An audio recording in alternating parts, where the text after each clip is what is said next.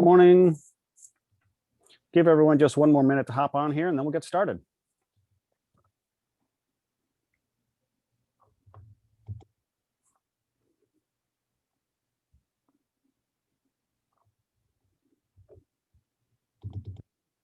David, are you in Vermont? I am in Vermont. I could tell you have your Vermont backdrop. Yes, correct. It's all wood around here. All wood around there. I love it. Yeah, it's well, it's a log cabin, and so it's wood from head to toe. Very fitting for Vermont. Right.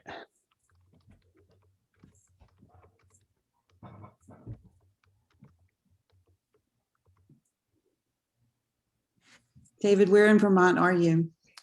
I'm in southern Vermont, right next to Mount Snow ski area, if you're familiar with that. Someone here is, yes.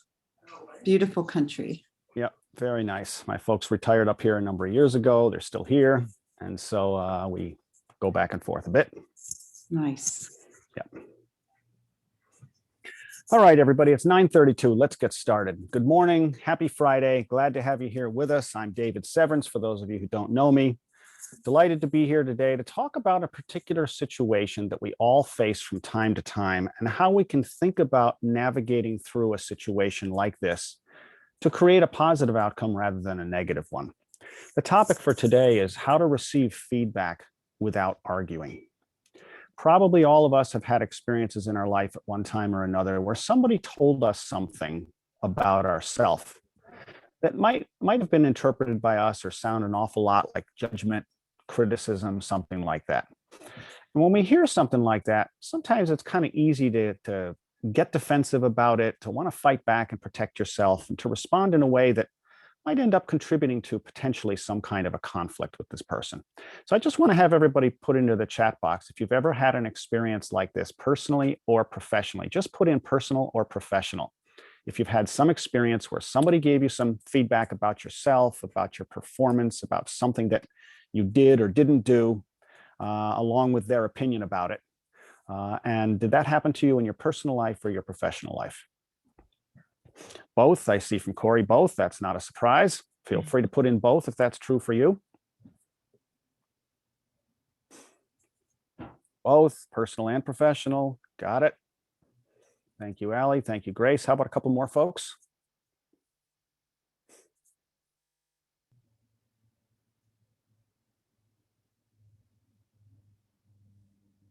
Boy, quiet group this morning. Must be a tired Friday or something. Allie, you didn't type that into the chat box while you're driving, I hope. Okay, good. Looks like you're in the car. I'm parked. I am parked. Okay.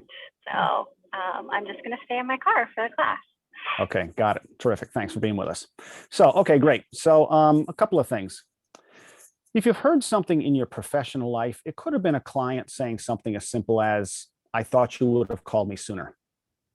Or it could be a teammate who says, "Hey, you asked me to do it and I did it, and now you're blaming me for the way I did it. If you didn't want me to do it this way, why didn't you tell me how you wanted me to do it in the first place?" Right? Something like that. These kinds of things are quite common in any business. And you've probably been on one end or the other of a conversation like that. The question is, how do we respond to these? And so when we talk about how we lead ourselves or how we lead our teams, we have to remember that this work of leading ourselves and our teams is really the work of relating with people around us. In other words, the sum total of your success in business is really the result of how well you relate with clients, potential clients, teammates, vendors, and everyone else. So if you say to us, "I'd like to be a better leader of myself and my business," what you're really saying is, "I need to be a better relator." And we want everyone to recognize that relationship always goes along with leadership. Whether you're leading yourself or leading a team, there is no leadership without other people. And so becoming a better leader really means becoming a better relator. And that's why we spend so much time in the programs here thinking about how we speak with others, how we respond to objections, how we listen to others. So much of this is really the art of creating positive, effective, efficient relationships with others. So today we'll be looking at specifically this kind of idea of feedback. Now, the first thing I want to say about feedback is Feedback in general is just information that we can use to make a decision. And so we get feedback from all kinds of places in life. For example, I've said in previous sessions, your gas gauge on your car is a feedback device. It just gives you information. You can use that information to decide what to do next. So feedback in a very broad sense is just information. In a more specific sense, what we're talking about here today is feedback as it relates to your actions and behaviors or the way you bring yourself to a situation, especially in the business setting. So we're going to look at a couple of situations today where someone may have communicated something to you, and I want you to think about how you've responded and what result you got from that particular response. And later on, I'm going to ask you to share in the chat box your own experiences of what someone may have fed back to you or said to you at one point in time, just so we can get a sense of what are the things that you've heard. So we'll do that towards the end. Let me pull up the screen here. I have a few slides I want to share. We'll get to that in a little bit. Okay.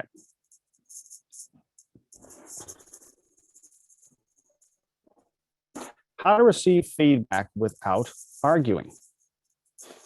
First thing we want to talk about is thinking about feedback as something that we can embrace rather than hide from. Most of us think about feedback as something that we'd really rather not hear, unless, of course, it's positive feedback, right? We love to hear our clients say they love us.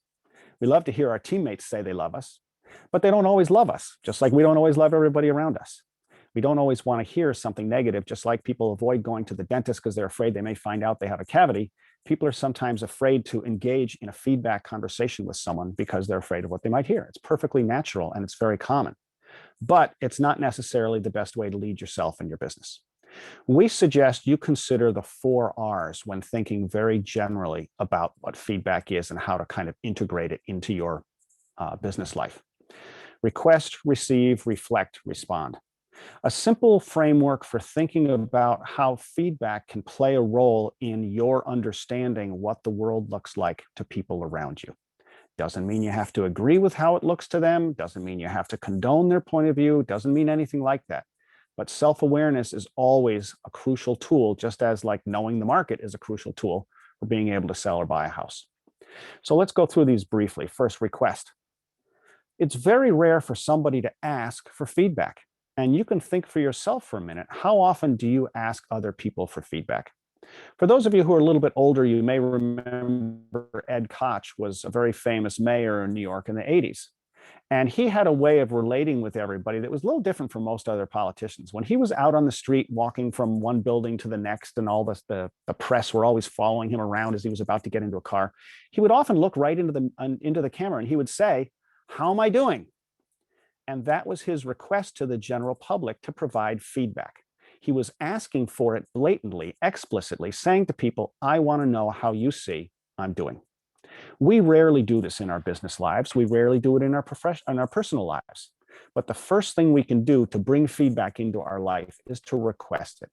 This signals to the other person that we're interested in hearing what they have to say.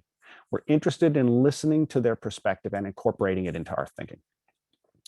Second, receive. If you do request feedback, either in the moment or you set up a conversation for, let's say, tomorrow at 10 a.m. to talk about something, then you have to receive it.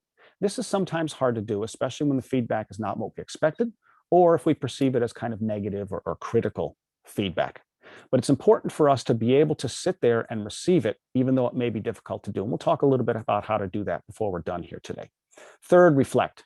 It's very important for you to spend time in reflection on what you heard. What people tell you is how they see the world. And sometimes what they see is not what you see. But even more valuable than that is something that they see that never even occurred to you. That could be a perspective or could be a way of interpreting a situation. And when those things happen, that's what can really change your ability to be effective, because something that they see or something that they want or something that they feel is something that never even occurred to you. And to have that go from the unknown space into the known space suddenly opens up a whole new set of doors and possibilities for you to think about how you can relate with that person. As I said before, remember, it's not simply about accepting the other person's point of view. It's not endorsing or condoning their point of view, but it's about hearing their point of view and reflecting on it and see how it feels to you, thinking about what you might do with it. And finally, that leads, of course, to the fourth point. Based on your reflection, what do you want to do with the feedback? You don't always have to do something with the feedback you hear. It's not always actionable, maybe in the short term, but it is important for you to respond to whatever it is that you feel is significant in that feedback. And so if you're basically leading yourself by flying by the seat of your pants every day, never having conversations like this, you're missing an opportunity to work better, to work more productively, to work more effectively, to work in a way that creates more positive impact on those around you. And these 4 R's are one simple way for you to keep a framework in your mind. You should be doing this from time to time. Now let's talk a little bit about a couple of the reactions that typically come up for us when someone gives us feedback. When someone gives us feedback, that especially feedback that we don't like to hear for whatever reason, there are very predictable responses that come up for us. And you can think about yourself, you might get a little defensive sometime, or you might get triggered by something somebody says.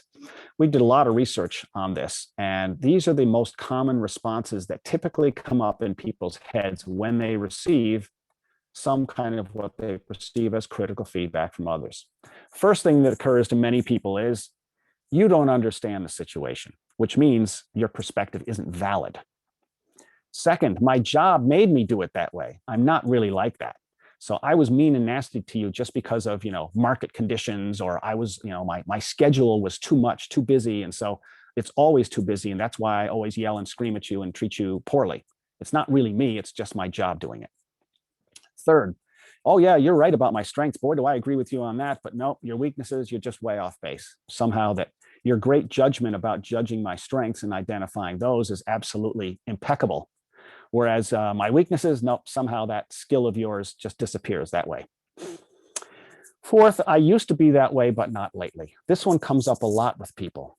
I hear what you're saying, and I know that I used to be that way 3 years ago, but no, I haven't done that in a long time. Even though this person is sitting there saying, you just did it yesterday, or you just did it last week. And of course, finally, well, you're not perfect either. So of course, that's not what the conversation's about, right? But it makes us feel when we hear something that we want to fight back and protect ourselves. And very often it may be that they're not perfect either. Nobody is. But you see what's happening in all these cases is some kind of a way of deflecting, denying, otherwise castigating the feedback rather than really receiving it, like we had on the previous page. For example, when you say, you don't understand the situation, what you're saying is, your perception is off. It's warped. There's something wrong with your perception. You don't know enough, or you don't see it correctly. Second one, my job made me do it that way. Well, it's not really me. I'm just a victim of the circumstances around me. I don't have any control over my calendar or something like that. And that's what made me do what I did. Third, you're right about my strengths. Well, again, you're saying your judgment is faulty. It's good in some cases, but 10 seconds later, it's no good. That doesn't make logical sense, of course. This one, I used to be that way, but not lately. Of course, another case where I'm saying, well, I can admit to a fault a long time ago, but I don't want to admit to something that's actually current. Somehow that's kind of a little easier for me to take. Oh yeah, well, I was kind of bad 20 years ago, but today I'm perfect. And finally, the last one is turning the spotlight back on the other person, but that's not the conversation here. So in all these cases, what we've done is we've taken what it is the person gave to us, and we've steered it this way, we've steered it that way, we've called it faulty for one reason or another, instead of simply saying, I wonder if this is true. This could possibly be true. And that's what we mean when we say receive the feedback, is to ask yourself, what if this is true? And it's a very hard thing to do, and we almost never reflect on it. We'll talk a little bit more about that in a minute. So how can you bring yourself to a feedback moment or a feedback situation with a mindset that can help you navigate through that particular situation? So we'll talk now about a mindset, and we'll talk about a skill set. Then I'll pull the slides down and we'll talk a little bit further. So the receiving feedback mindset, 3 things you can keep in mind generally to carry with you into a feedback experience. The first is to remember that it's not personal. That is, when someone criticizes us or makes a judgment about something we did, they're not necessarily judging us as human beings, but it's very easy to conflate those 2 things. So if someone says, David, I thought you would have called me earlier, they're not saying, David, you're the most despicable human being that ever walked on the earth. And they're not saying, David, you are so heartless and inconsiderate and selfish that you didn't call me back sooner. What they may simply be saying is, I expected a call sooner. And so they're judging the behavior, not the person. And this is something that's very hard for us to separate when we're on the receiving side of it. But we have to recognize that sometimes they're just simply not talking about us personally. They're just talking about the behavior. And if you have kids, this is something that a lot of the books talk about in raising your children. Criticize the child's behavior, not the child. So, for example, you don't say to your child, you're a bad child, or you're an evil human being. You say, we don't throw things inside the house, right? So you're focusing on the behavior rather than the person. So for us on the receiving end, it's important for us to remember that very often the feedback is simply about our behavior, and we can still maintain our own self-respect and have an intact positive perception of who we are, even though the behavior didn't meet someone else's expectations.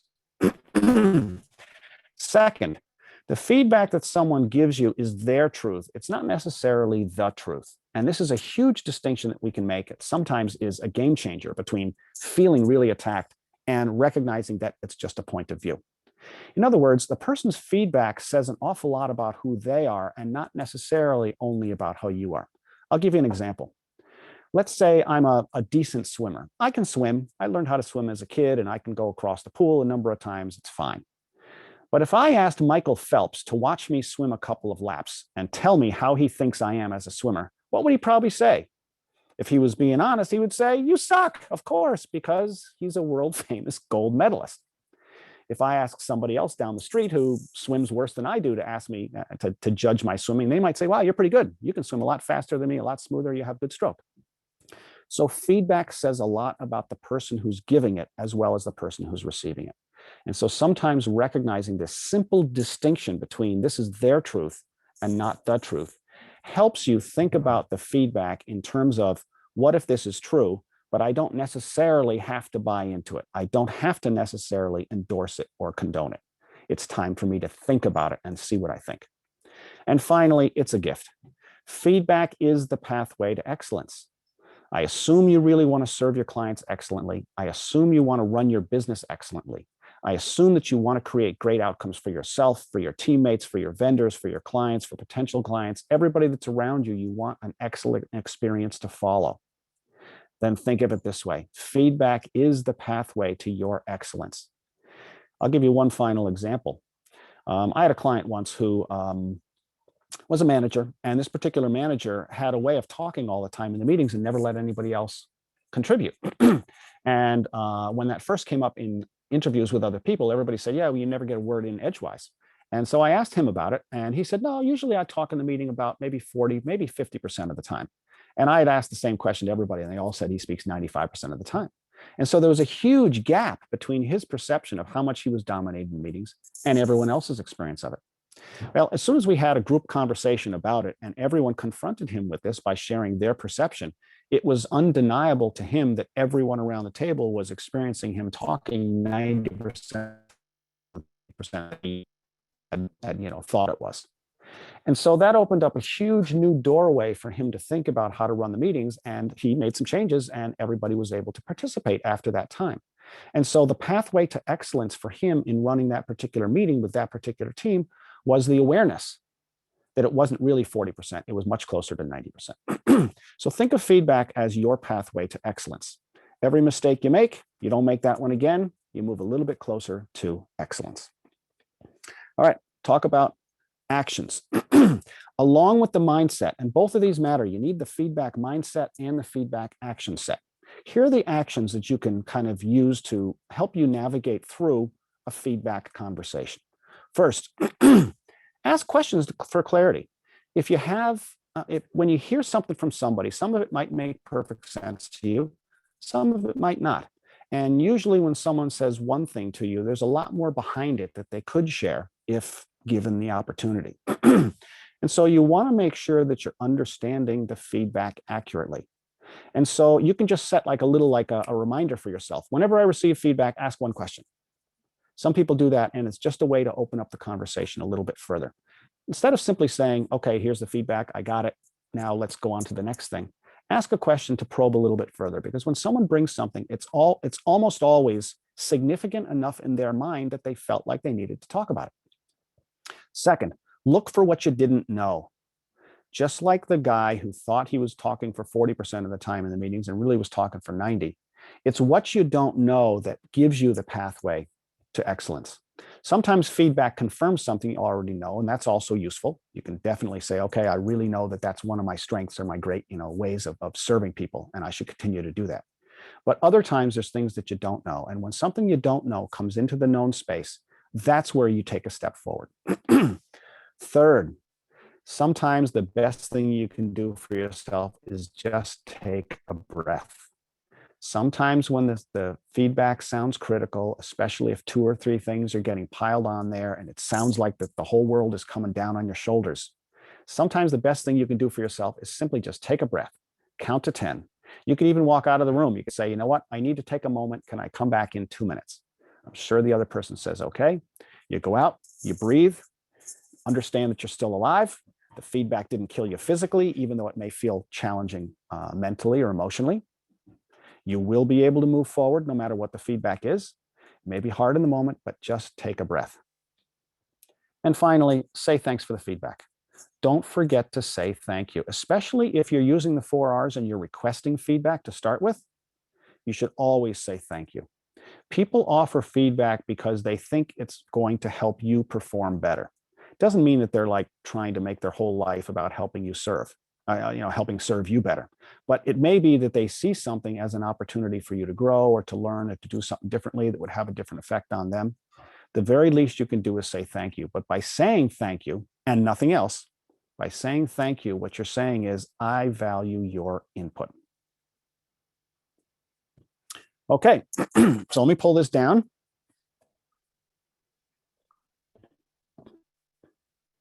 And let's talk about it a little bit. We have a few minutes here, so I would like to ask for a couple of examples. Someone come off mute and just tell us the feedback that you received from someone in your professional life, whether it's a client or it was a teammate. Let's hear from 1 or 2 people, please. Who'd like to come off mute and go first? I can talk because Okay. I have a junior agent and he gives me feedback all the time.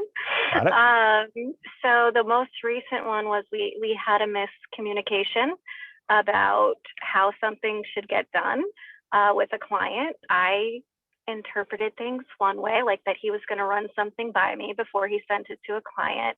He thought he had the go ahead to just send it when he was finished. So he was frustrated with me, but we talked about it, and I realized, actually, because we talk about communication styles, he's a very direct communicator. I'm indirect. I was reading between the lines when there was nothing to read between. From his perspective, what he said was what he was doing, and I just thought there were some other things sprinkled in there. So we talked about it, and that resolved it immediately. I was like, I understand why you thought it was that way. He understood why I thought it was a different way. And then the next day I did say, like, I really appreciate, I'm sorry we had a miscommunication, but I'm really glad we were able to work it out. And he was like, yeah, I'm actually scared. Like, we've been working together for 2.5 months and we've never had a fight, ever. Mm-hmm. We've had these moments of tension, but because I just accept the feedback and try to see it from his perspective, I think that has helped our relationship a lot. So that's why I get feedback from him like all the time, because he feels like safe to share with me. Thank you. That safety is such an important piece here. And normally we kind of go into our corners and we're ready to come out fighting when we don't feel safe.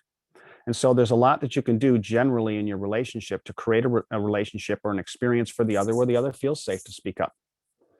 What I'd like to do now is just demonstrate a little bit how one might respond to feedback. So I would like someone else to volunteer to speak to me. I'll be you. And please take either one of 2 things. One, either give me some feedback that you actually heard from one of your clients or from one of your staff or someone like that, and just say it just like they say it, and I'll demonstrate what we just had on the slides. Or feel free, because we're talking about feedback here, I'd be happy to receive your feedback about my programs every Friday. If you think that this is the most boring thing you've ever heard in your life, I want to hear it. If you think that you avoid Fridays as much as you can because you just hate seeing my face, go ahead and say it. this is an opportunity for you to give me some feedback, and I'll try to demonstrate what we just talked about on the slides. Who would like to join me for this? I have a quick question. Yes. I was wondering what would be the best way that you'd suggest to ask for referral. I mean, for sorry, the Ask for call feedback? came in. Ask for feedback. Yeah. Okay, got it. So let me talk about that for a minute, and then maybe we'll have time for one demonstration. Asking for feedback. It's important for you to explain to someone what and why. Okay, so if you're going to ask for feedback, what you can say is, and you can do the why part first. You could say, Susan, it's important for me to perform at the best level that I can, especially with my teammates. I want all of you to have a positive experience working with me, and I want to be able to work with you in a way that works with you. So would you be willing to sit down with me next Monday at 9 o'clock, and we could just talk for a few minutes? I'd like to hear from you. What are some things that I do that make your job easier? And what are some things that I do that might make your job more difficult for you? Would you be willing to have that conversation with me? How does that sound, Raina? Does that sound like something you could do? Yes, but what about the client? Same thing. Could be something like, Susan, you've been my client for 2 months now. I'm really glad you're my client, and my goal always is to give you the best possible service. And so I want to make sure I'm doing that. Would you be willing to talk with me tomorrow for a few minutes on the phone and just tell me, what do you like about the service you're receiving so far, and what is it that we could do better from your point of view? Okay. Sounds simple enough. Right? You're inviting them into it. And if they say no, that's perfectly fine. You don't have to force them anything. But as long as you put the why part in there, then they know what's the reasoning behind this. A lot of times people will just say, give me feedback. And people don't quite know why they're asking for it. They're afraid you might be looking for some reason to fire somebody, or you want to just start a fight with somebody. Who knows what they might interpret if you just say it without explaining. So it's really important to put the why part in there along with the what. Okay, we have a couple of minutes left. I really want to hear with somebody who's willing to give me some critical feedback about my programs every Friday. And if you don't have any, then just make something up and we'll just use it as an example. Who would like to come off of mute and do this with me, please?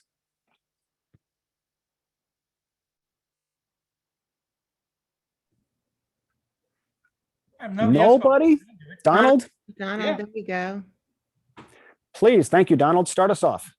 Okay, well, I'm going to be sarcastic. I actually like the programs, but let me go a little.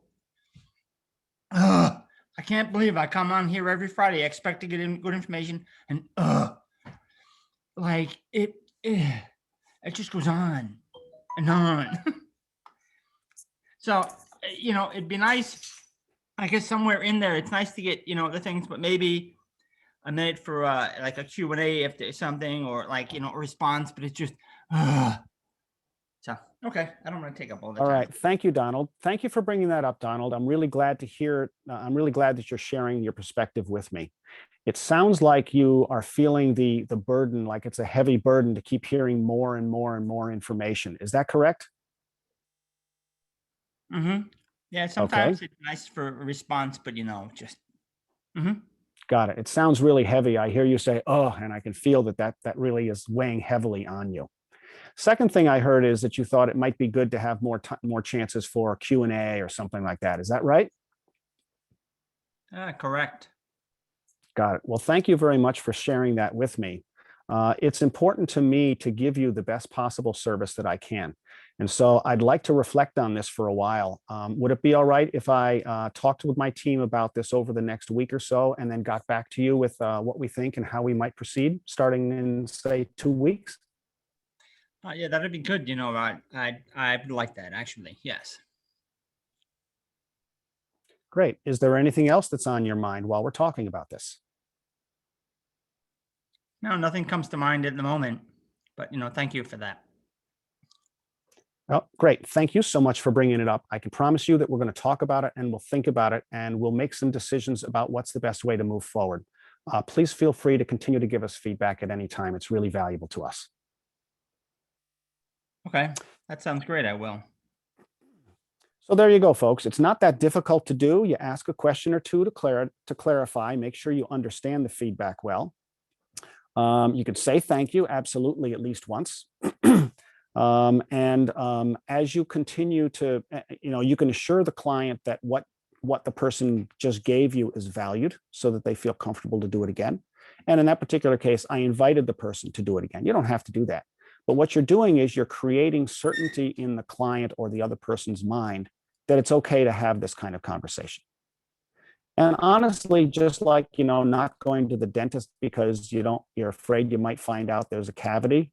Many people don't have these conversations because they're afraid they might find out something that the person doesn't like about the service.